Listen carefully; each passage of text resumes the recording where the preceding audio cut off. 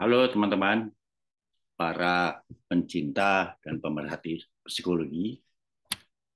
Kali ini saya akan memperkenalkan sebuah buku baru berjudul Jung Cafe, buku yang saya susun sendiri, terbit beberapa bulan yang lalu. Nah, saya akan mulai dengan menjelaskan kenapa judulnya Jung Cafe. Jung karena buku ini memang membahas tentang pikiran-pikiran dari Carl Gustav Jung. Kemudian kenapa cafe? Jadi begini teman-teman. Jung adalah seorang penulis yang sangat produktif. Ratusan tulisannya tersebar, baik dalam bentuk buku maupun paper-paper di seminar-seminar beliau. Kontennya beragam, mulai dari sejarah, politik, kebudayaan, perbandingan agama, seni, bahkan sampai ke hal-hal yang sifatnya spiritual atau metafisik. Nah, kontennya begitu beragam dan begitu kaya dan begitu banyak, tapi punya satu kesamaan. Kesamaannya adalah tulisan Jung itu sulit dimengerti. Bukan konsepnya saja yang sulit dimengerti, tapi cara dia menulis itu sulit untuk dimengerti oleh para pembaca.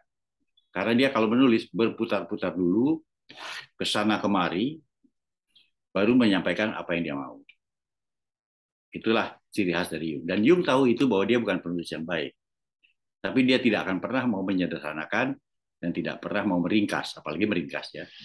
Uh, jadi dengan sifat keras kepalanya itu dia mengatakan bahwa saya menulis bukan membuat orang menjadi lebih mudah membaca, tidak. Saya menulis karena saya memang ingin menuliskan apa yang saya pikirkan, kurang lebih begitu. Sehingga akhirnya ya orang banyak kesulitan untuk membaca Jung. Nah, uh, buku ini mencoba meniru seperti kafe, memposisikan dirinya sebagai kafe. Ya. Jadi menjadi sebuah tempat untuk mengantar sebelum orang masuk ke tulisan asli Jung. Jadi buku ini berusaha menyederhanakan penyampaian-penyampaian Jung dalam tulisan. Bukan substansi atau konsep yang disederhanakan, tapi cara dia menyampaikan. Dituliskan dengan bahasa yang ringan dan sesederhana mungkin. Sudah barang tentu itu harapan. Belum tentu harapan itu bisa terwujud. Namun bagi teman-teman yang ingin tahu basic-basicnya pemikiran Jung secara garis besar, buku ini diharapkan cukup membantu. Nah, buku ini terdiri dari sekitar 180 halaman, tidak tebal ya. Ada beberapa bab, ya. Mulai dari riwayat hidup. Jadi kenapa mulai dari riwayat hidup? Salah satu ciri khas dari Jung adalah dia membangun teorinya itu berdasarkan riwayat hidup dirinya. Jadi mulai dari kecil, mulai dari dia melihat dunia ini sebagai sebuah tanda tanya besar. Sebuah tanda tanya besar yang harus ditemukan jawabannya.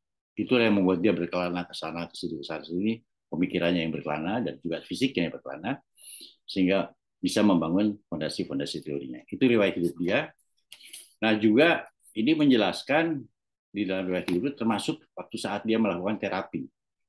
Jadi, teman-teman, orang sering mengatakan bahwa Jung itu sama seperti Freud, itu hanya bicara yang negatif-negatif aja ya. Nggak ada positif-positifnya. Sepintas ya, karena dia banyak membahas tentang gangguan-gangguan kejiwaan dan sebagainya.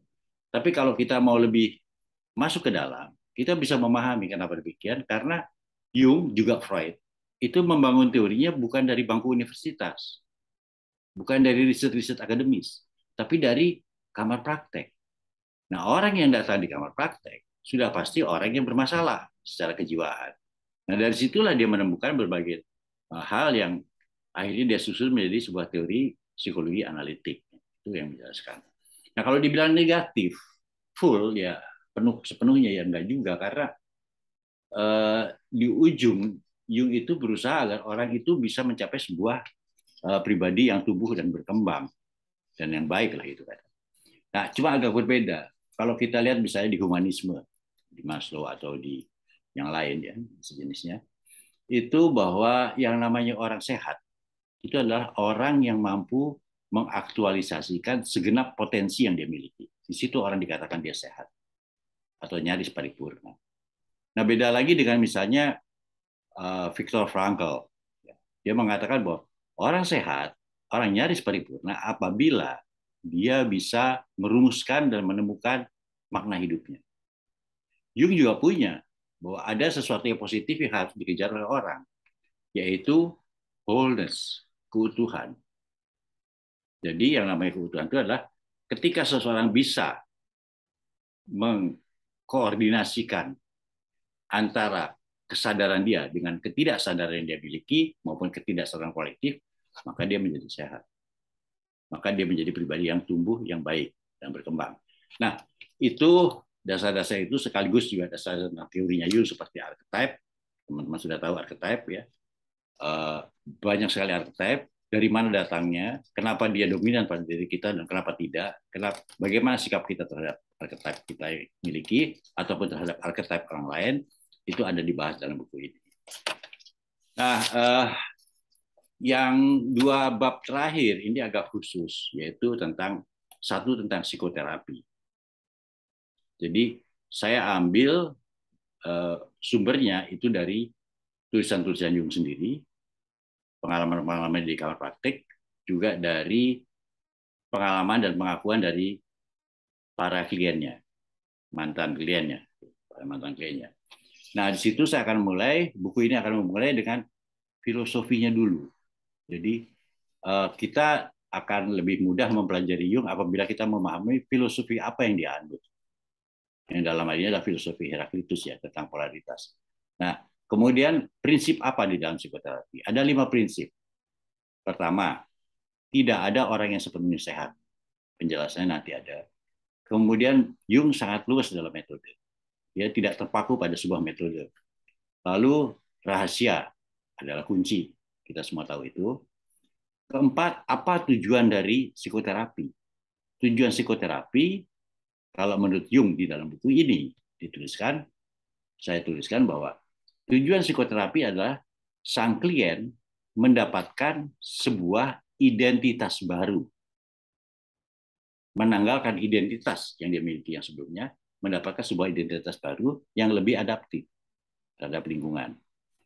Kemudian yang kelima, etika profesional. Bukan hanya etika bagi sang terapis, tapi juga bagi sang klien. Harus punya etika, ada batasan-batasan tertentu yang harus dimiliki oleh keduanya. Dan selanjutnya tahap-tahap terapi, mulai dari pengakuan, penjelasan, sampai dengan transformasi, itu di buku ini. Yang terakhir itu bab paranormal dan sinkronisitas. Di bab paranormal, itu akan menjawab pertanyaan pertama adalah, apakah Jung seorang paranormal? Yang kedua, bagaimana Jung menjelaskan gejala-gejala paranormal dari kacamata psikologi. Disusul kemudian dengan konsep dia tentang sinkronisitas. Kebetulan-kebetulan bermakna yang sering dan pasti kita pernah hadapi dan pernah kita alami, tapi tidak kita sadari. Yang sebenarnya sinkronisitas-sinkronisitas yang kita hadapi atau kita alami itu sebenarnya adalah sebuah pedoman atau petunjuk untuk mencapai sebuah arah tertentu. Nah, di dalam buku ini akan dijelaskan mengenai apa itu sinkronisitas, apa itu kebetulan yang bermakna, yang bukan hanya kebetulan tapi betul-betul bermakna. Demikian teman-teman, ada beberapa contoh yang lain, tapi seperti paranormal saya akan mencoba mencari intinya ya. Intinya paranormal itu ya sebetulnya kalau kata Jung, ada semacam tabir antara dimensi yang kita tepati ini dengan dimensi lain. Nah, ada orang-orang tertentu yang bisa melihat tabir pemisah itu secara tembus. Jadi sama seperti kemarin ini kita banyak mendengar topik tentang gempa ya. Ada hewan-hewan tertentu yang bisa melarikan diri karena dia tahu gempa akan datang, padahal tidak ada gejala. Nah, ada orang-orang yang dikaruniai juga bakat seperti itu, mengetahui apa yang belum terjadi dan bisa melihat apa yang tidak terlihat oleh orang lain. Di buku ini akan dijelaskan dan mudah-mudahan bisa dimengerti. Demikian teman-teman, terima kasih dan sampai jumpa pada sesi berikutnya. Saya akan mencoba membahas satu persatu dari bab ini. Mudah-mudahan berhasil. Salam.